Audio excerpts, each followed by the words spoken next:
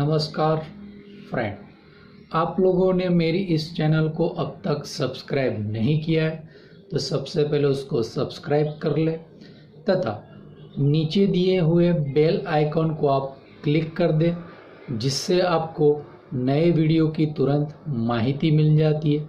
तथा ये वीडियो आपको पसंद आता है तो उसको शेयर करना ना भूलें।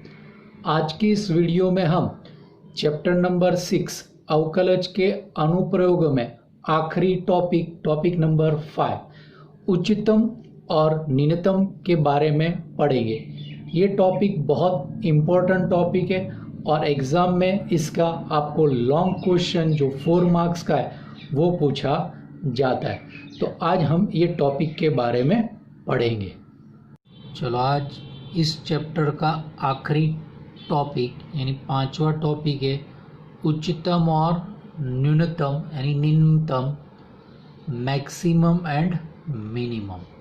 तो पहले इसकी परिभाषा देखते हैं। तो मान लीजिए एक अंतराल I में एक फलन f परिभाषित है, तब चलो अब उसकी पहली परिभाषा देखते हैं अपने। पहली परिभाषा में f का उच्चतम मान I में होता है यदि I में एक बिंदु C का अस्तित्व इस प्रकार से है कि f of c greater than f of x, जहाँ प्रत्येक x बिलोंग्स टू I। संख्या f of c को I में f का उच्चतम मान कहते हैं और बिंदु C को I में f का उच्चतम मान वाला बिंदु कहा जाता है। तो यानी ये वक्र है, अपने पास है y बराबर fx वक्र है, जिसमें बिंदु C के आगे ये वक्र की देखो महत्तम ऊंचाई यहाँ पे f of c मिल रही। तो ये f of c जो है वो इस वक्र का उच्चतम मूल्य है, यानी f of c का मूल्य f of x से बड़ा हो। ये f of c का मूल्य ये वक्र यानी y बराबर fx, जिसमें ये मूल्य सबसे अधिक है, इसलिए इसको क्या कहा जाता है? उच्चतम मान कहा जाता है। अब नेक्स्ट न्यूनतम की परिभाषा। f का न्यूनतम मान I में होता है यदि I में एक बिंदु C का अस्तित्व है इस प्रकार के f of c less than f of x, प्रत्येक x बिलोंग्स टू I। तो संख्या f of c को I में f का न्यूनतम मान कहते हैं और बिंदु C को I में f का न्यूनतम मान वाला बिंदु कहा जाए। अब मान लो कि वक्र इस प्रकार का हो, अरे ये बिंदु C के आगे f of c है, तो इस वक्र का सबसे कम मूल्य कौन है? f of c।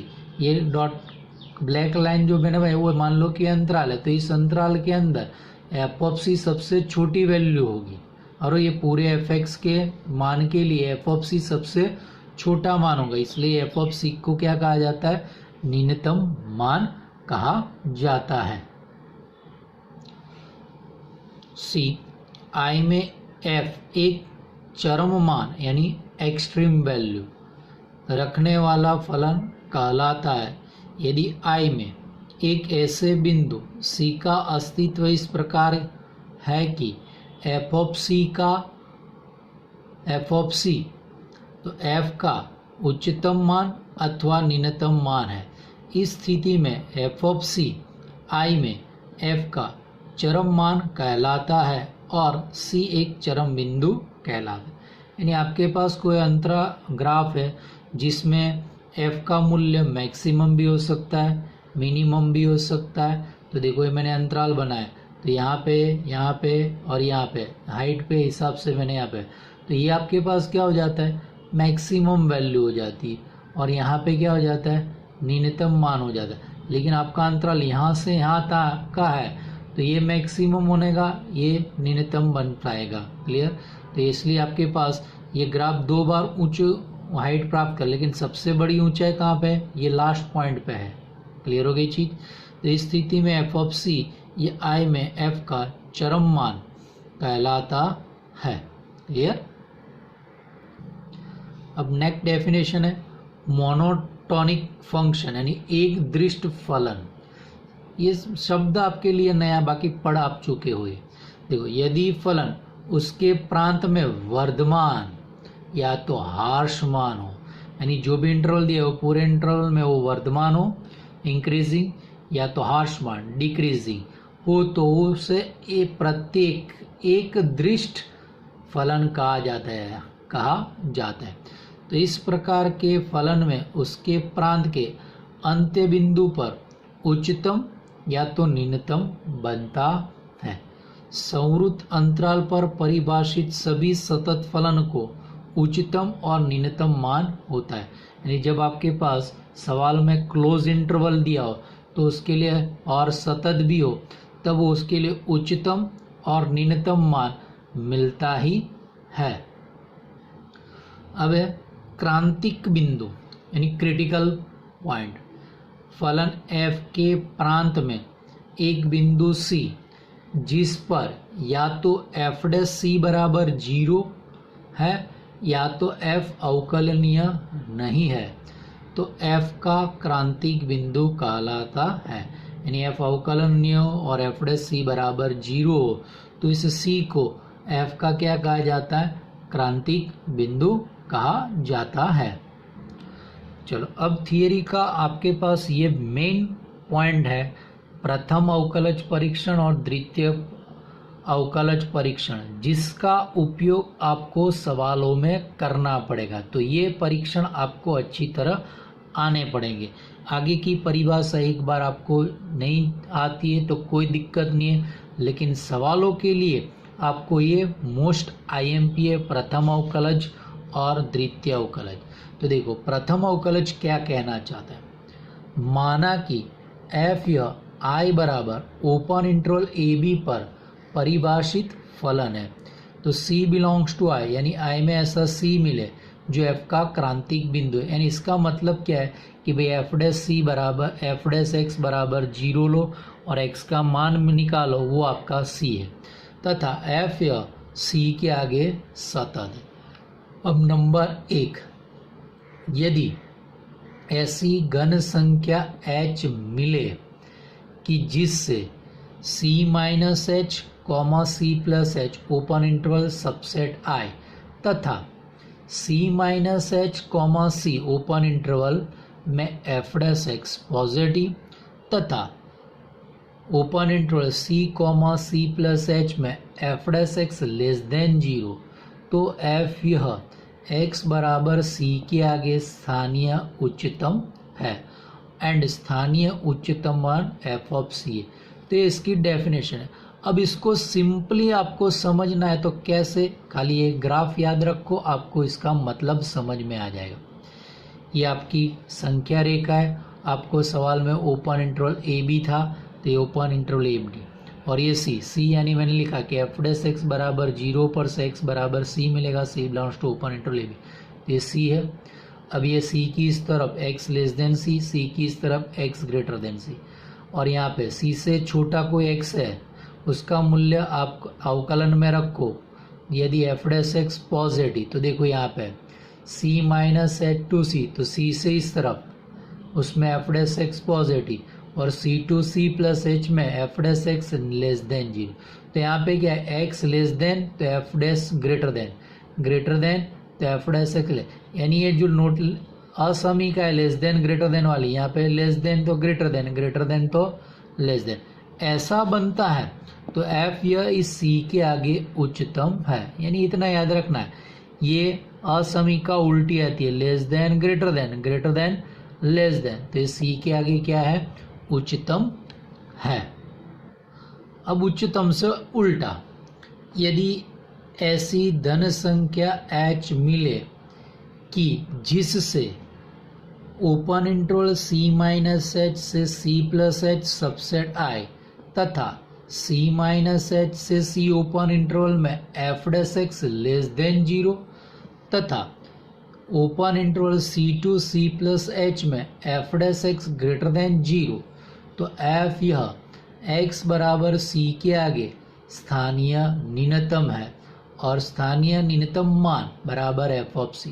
सेम संख्या रेखा अपने पास ओपन इंटरवल ए बी है, तो ए बी संख्या रेखा पर एफ डैश एक्स बराबर 0 पर से एक्स बराबर सी मिले, सी बिलोंग्स टू ओपन है तो सी, तो इस तरफ एक्स लेस देन सी, इस तरफ एक्स ग्रेटर देन सी, लेस देन सी यानी ये बना सीमा है, तो इसमें F dash x less than है सी टू सी प्लस एच, तो ये भाग में एफ डैश एक्स पर, तो यहाँ पे देखो लेस देन तो लेस देन, ग्रेटर देन तो ग्रेटर देन, यानी असमीका समान है, इसलिए ये क्या है सी के आगे निम्नतम है, जबकि ऊपर वाले में क्या था उल्टा था, यहाँ पे लेस देन था तो यहाँ पे क्या आता था ग्रेटर देन, यानी उल्टा होता था, तो इसलिए वो क्या हो जाता था उच्चतम, और सेम चिन्ह आते हैं तो ये क्या हो जाएगा निम्नतम हो जाएगा। अब आगे क्या एक तीसरा पॉइंट समझ लो, यानी ये पहला आपका टॉपिक प्रथम अवकलज का पूरा होगा। तो देखो यदि किसी h ग्रेटर देन 0 के लिए open interval c minus H to C plus H subset I हो और x belongs to open interval c minus H C plus H में एफ डैश एक्स का चिन्ह बदलता न हो। अब इसका मतलब समझ लो चिन्ह बदलता न हो। अब यहाँ पे कि देखो c के अगल बगल चिन्ह कैसा, एक तरफ लेस देन एक तरफ ग्रेटर देन, ऊपर भी ऐसा था, एक c के अगल बगल में चिन्ह क्या थे उल्टे थे, एक तरफ लेस देन तो एक तरफ ग्रेटर देन, तो ये क्या कहना चाहिए चिन्ह न बदलता हो, चिन्ह बदलता न, यानी यहाँ पे लेस देन है तो यहाँ पे भी लेस देन आता हो, या तो यहाँ पे भी ग्रेटर देन यहाँ पे ग्रेटर, यानी सी के अगल बगल अवकलन का वैल्यू सेम हो, या तो दोनों तरफ पॉजिटिव आता हो या तो दोनों तरफ नेगेटिव आता हो, तो एफ या एक्स बराबर सी के आगे उच्चतम या निम्नतम नहीं है, यानी इसके लिए आपको मैक्सिमम वैल्यू और मिनिमम वैल्यू नहीं मिलेगी, तो इस सी को नति परिवर्तन बिंदु कहा जाता है। क्लियर हो गए। अब ये प्रथम अवकलज परीक्षण का हम उपयोग कब करेंगे वो आपको द्वितीय अवकलन में भी पता चल जाएगा, लेकिन उससे पहले मैं एक चीज़ और बता दूं, क्योंकि द्वितीय अवकलज परीक्षण यानी उसमें आपको सेकेंडरी तक जाना पड़ेगा, तो जिस फलन का द्वितीय अवकलन थोड़ा लंबा हो जाता है या तो थोड़ा कठिन है, तब आपको हमेशा ये प्रथम अवकलज परीक्षण का उपयोग करो, जिससे आपका आंसर सरलता से और जल्दी मिल जाएगा। तो अब अपने द्वितीय अवकलज परीक्षण देखते हैं।